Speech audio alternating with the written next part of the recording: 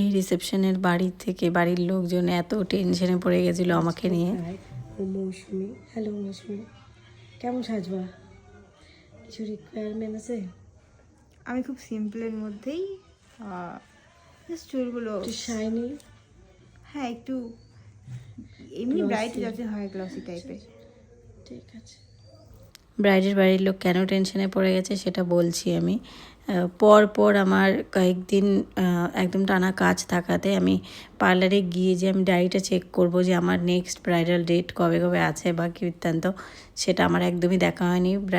ব্রাইডালগুলো complete করতে করতে আমার এত জ্বর এসেছিল যে সকাল থেকে আমি আর উঠিনি। আমি ভাবছি যে আজকে হয়তো ব্রাইড নেই, তো আমি জ্বরে আমি বিছানায় শুয়েই ছিলাম। হুট করে একটা ফোন এলো 2টোর দিকে, বলে যে দিদি কখন আসবে? আমি বলছি কখন আসবা মানে?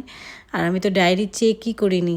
আর ডায়েরি চেক করতে পাঠালাম বরকে, মানে আমার সর্দারবাবুকে পাঠিয়েছিলাম যে ডায়েরিটা চেক করে আমাকে ছবি পাঠাবে যে কোন কোন ব্রাইড কোথায় কোথায় আছে, আমি একটু দেখে নেবো আর কি। কিন্তু ও গিয়ে আর পার্লার খোলেনি, চেকও করেনি, আর আমি জ্বরে শুয়েছিলাম ঘরে, উঠিও নি যে আমি আবার ওকে ফোন করে বলবো যে চেক করে আমাকে জানাও বা কিছু। তড়ি ঘড়ি ফোনটা পেয়ে জ্বর মাথায় থাক, শিগগির উঠে ফটাফট রেডি হয়ে পার্লার গিয়ে চেক করলাম ডায়েরি যে কোথায় কোথায় ব্রাইড আছে বা কী বৃত্তান্ত। তারপর শিগগির জ্বর নিয়ে আবার এদিকে স্কুটি খারাপ হয়ে আছে, স্কুটি দোকানে দেওয়া।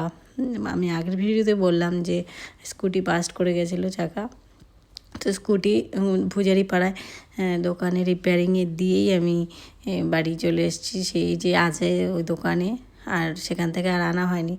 তারপর এই ব্রাইডের উদ্দেশ্যে গেলাম টোটো নিয়ে। ভাগ্যিস এই ব্রাইড আমার হচ্ছে বাড়ির পাশেই ছিল, বাড়ির পাশে না সরি পার্লারের একদম কাছাকাছি, গোমস্তাপাড়া স্কুলটার পেছনেই ছিল এই ব্রাইডের রিসেপশন যে লোকেশন, সেই লোকেশন। তো টোটো করে চলে গেছিলাম আজকের এই লোকেশনে। আর দেখো তোমরা লুকটা, বলতে বলতে ফুল লুক কমপ্লিট হয়ে গেল। ক্লায়েন্টের চয়েস ছিল এই হেয়ারস্টাইলটাই, আর এরকমই লুক চেয়েছিল, তো ক্লায়েন্টের চয়েস অনুযায়ী আমি এই লুকটাই দিলাম। আর দেখো শাড়ির কালারটা দেখে নাও, শাড়ির কালার কন্টিনিউ আমার এই কালারেরই, রিসেপশন ব্রাইডগুলো এই কালারেরই হচ্ছিলো বেশিরভাগগুলি। তো তোমরা কেমন হলো জানিও, অবশ্যই তোমরা কমেন্ট করবে। কমেন্ট করলে কাজের শক্তি পাই। তোমরা অবশ্যই আমি জানাবে কেমন হলো না হলো। আর ব্রাইড বলছিল যে ওর ভীষণ পছন্দ হয়েছে, একদম ও যেটা চেয়েছে সেটাই পেয়েছে।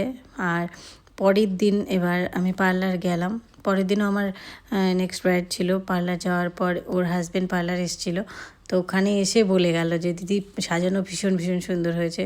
আর বলছিল যে দেখছিল সেই নাকি বলছিল যে ভীষণ সুন্দর হয়েছে। আর হ্যাঁ, ওদের বাড়ি থেকে ভাবছিল যে আমি হয়তো অন্য আরও কাজ নিয়ে নিয়েছি, ওদের ব্রাইডের ডেটটা আমি মনেই রাখিনি, তো ওই জন্য ওরা ভীষণ ভীষণ টেনশন করছিল। তো যাই হোক, পরে সব ওকে হয়ে গেল। Bye bye.